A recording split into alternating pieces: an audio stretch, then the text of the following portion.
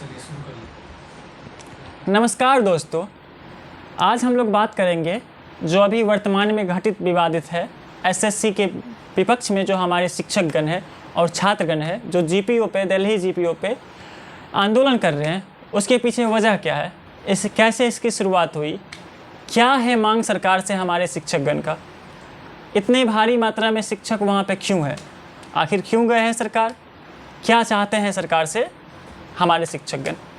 तो सबसे पहले मैं इसमें एक वर्ड ऐड करना चाहता हूँ कि भारत को विश्व गुरु का देश कहा जा रहा है, जहाँ सबसे महत्वपूर्ण गुरु को माना जाता है, जहाँ माता पिता से पहले अपने गुरु को सम्मान दिया जाता है।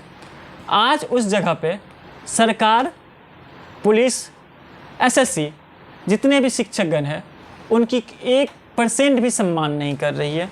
ऐसे में आप बताइए कैसे बनेगा भारत विश्व गुरु, कैसे बनेगा भारत विश्व गुरु जहाँ किसी भी शिक्षक, किसी भी गुरु का कोई सम्मान नहीं हो, वो कैसे बनेगा विश्व गुरु। तो चलिए शुरुआत करते हैं हम लोग कि आखिर क्या है इसके पीछे, क्यों गए हैं सरकार से मांगने के लिए हमारे शिक्षकगण। तो सुजीत जी आप लोगों को बताएंगे कि इसके पीछे क्या है वजह। नमस्कार साथियों, आज देश के बहुत ही महत्वपूर्ण शिक्षक राकेश यादव सर, नीतू मैम, अभिनय शर्मा सर और भी बहुत राज्य के जो शिक्षक हैं, सभी लोग जंतर मंतर पर सीजीओ कॉम्प्लेक्स के पास शांतिपूर्ण तरीके से अपनी मांगों को रख रहे थे। और उनकी जो मांगें थी, अभी जो वर्तमान में कंपनी बनी है एसएससी एग्ज़ाम जो उसे करवाना चाह रही है, एडुकिटी कंपनी जो बनी है वो पूरी तरह से लापरवाही पूर्वक एग्ज़ाम करवाया जाने का कोशिश किया जा रहा है।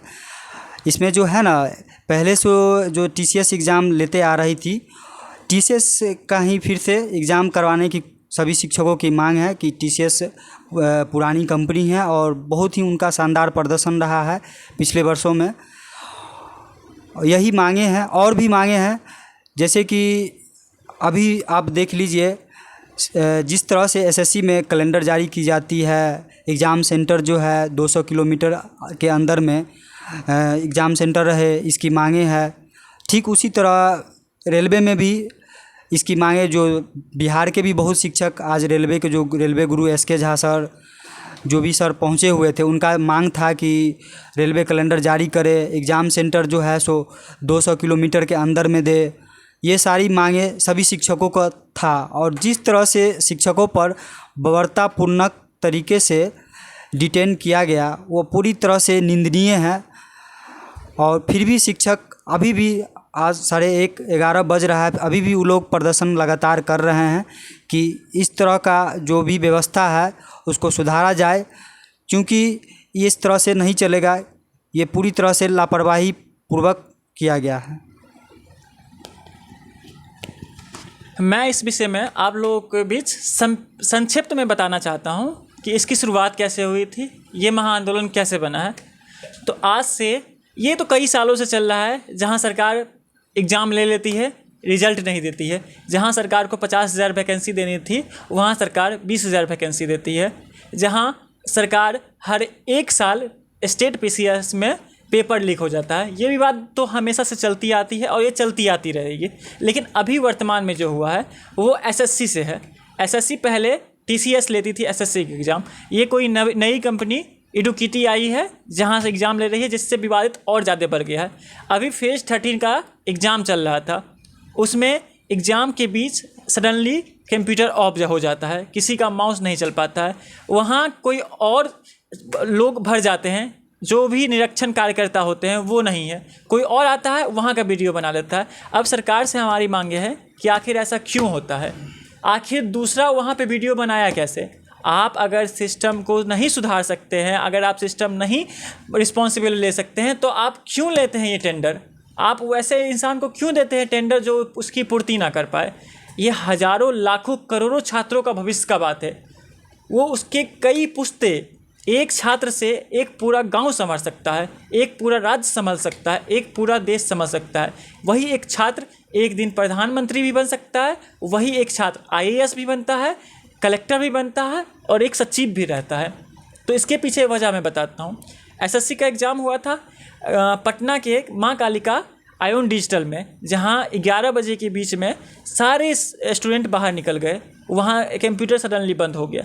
तो इस पे सरकार द्वारा कोई रिस्पांस नहीं ले गया। फिर हमारे शिक्षकगण उठे, शिक्षकगण की ये मांग थी कि जो हुआ है उसको कम से कम कैंसिल कर दिया जाए। दूसरी मांग ये थी कि रेलवे हर एक साल कैलेंडर जारी करे, लेकिन सरकार इस पर कोई सुनवाई नहीं कर रही थी, एसएससी इस पर कोई सुनवाई नहीं कर रही थी। फिर हमारे शिक्षकगण द्वारा, हमारे छात्रगण द्वारा कई बार उनको मेल किया गया, कई बार उनके पास गया, लेकिन कोई रिस्पांस नहीं।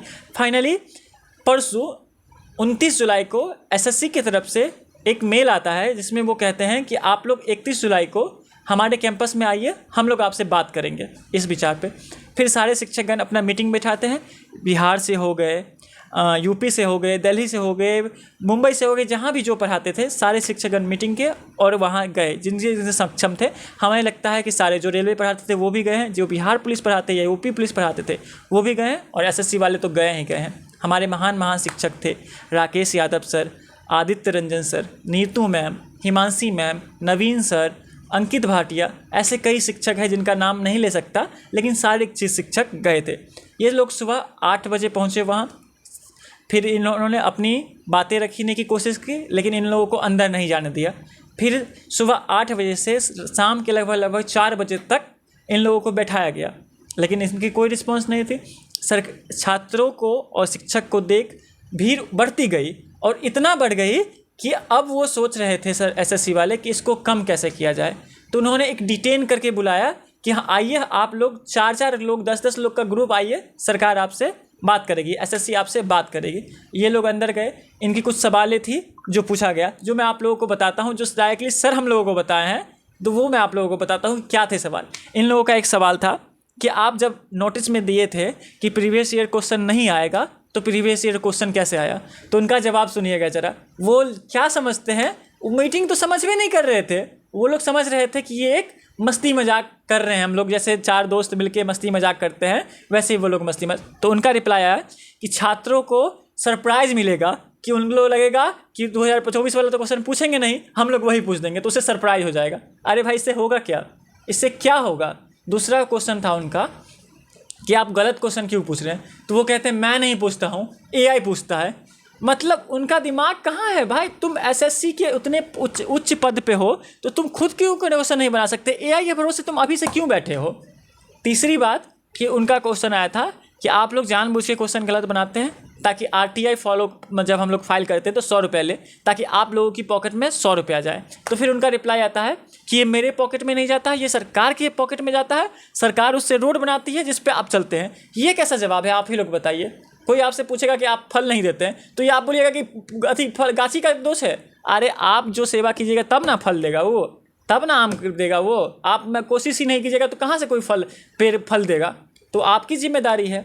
उसके बाद क्या हुआ, इन लोगों से आप उन लोगों का पर्पस मीटिंग बैठाना था ही नहीं, उन लोगों का था कि ये जो आंदोलन महाआंदोलन बनते जा रहा है उसको कैसे हटाया जाए। तो ये महाआंदोलन के लिए हर एक टीचर को अलग अलग बुलाया गया, किसी बार में 10, किसी बार में 15, और सबको बुलाया गया। और सडनली 10 मिनट पहले तक वहाँ पे कोई बहन नहीं थी, कोई पुलिस नहीं थी। 10 मिनट के बाद पश्चात वहाँ पे 10 बहन आ गई, 10 गाड़ी आ गई, मतलब लगभग 100 पुलिस वाले आ गए।